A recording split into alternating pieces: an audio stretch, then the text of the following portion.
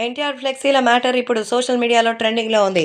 ఎన్టీఆర్ వర్ధంతి సందర్భంగా సైలెంట్‌గా అక్కడికి వెళ్లి నివాళులందించి వెళ్ళిపోయారు జూనియర్ ఎన్టీఆర్. ఆ తర్వాత బాలకృష్ణ గారు వచ్చి రచ్చ చేశారు. ఎన్టీఆర్‌కి సంబంధించినటువంటి ఘాట్ దగ్గరకొచ్చిన వెంటనే జూనియర్ ఎన్టీఆర్‌కి సంబంధించిన ఫ్లెక్సీలు పెద్ద ఎత్తున కనిపించడంతో వాటిని తొలగించాలని చెప్పారు.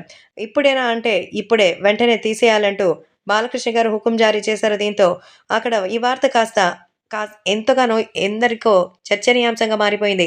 అంతేకాకుండా అందరూ ఈ విషయం తెలుసుకొని ఒక్కసారిగా మండిపడ్డారు.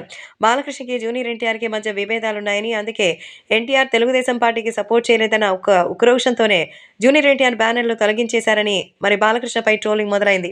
అలాగే జూనియర్ ఎన్టీఆర్ నందమూరి కుటుంబ సభ్యుడిగా బాల ఎప్పటికీ ఒప్పుకోడంటూ వార్తలు వెలువడ్డాయి. దీంతో జూనియర్ ఎన్టీఆర్ మనస్తాపంతో ఉన్నట్టుగా తెలుస్తోంది.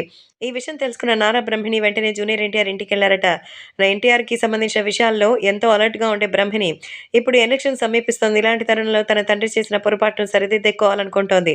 అందుకే జూనియర్ ఎన్టీఆర్ ఇంటికెళ్లి క్షమాపణలు చెప్పారట. నాన్నగారి ఉద్దేశం గురించి వివరించడానికి ప్రయత్నం చేసింది. అయినా సరే బాబాయిని తను తప్పుగా ఎప్పుడూ అనుకోలేదని ఇప్పుడు కూడా అనుకోను. ఆయనకి నాకు సంబంధించినటువంటి విషయంలో ఏ రకమైన సమస్య ఉందనేది నాకు తెలీదు. కానీ ఎప్పటికీ నాకు బాబాయ్ అంటే ప్రేమ ఉంటుందని జూనియర్ ఎన్టీఆర్ చెప్పారట.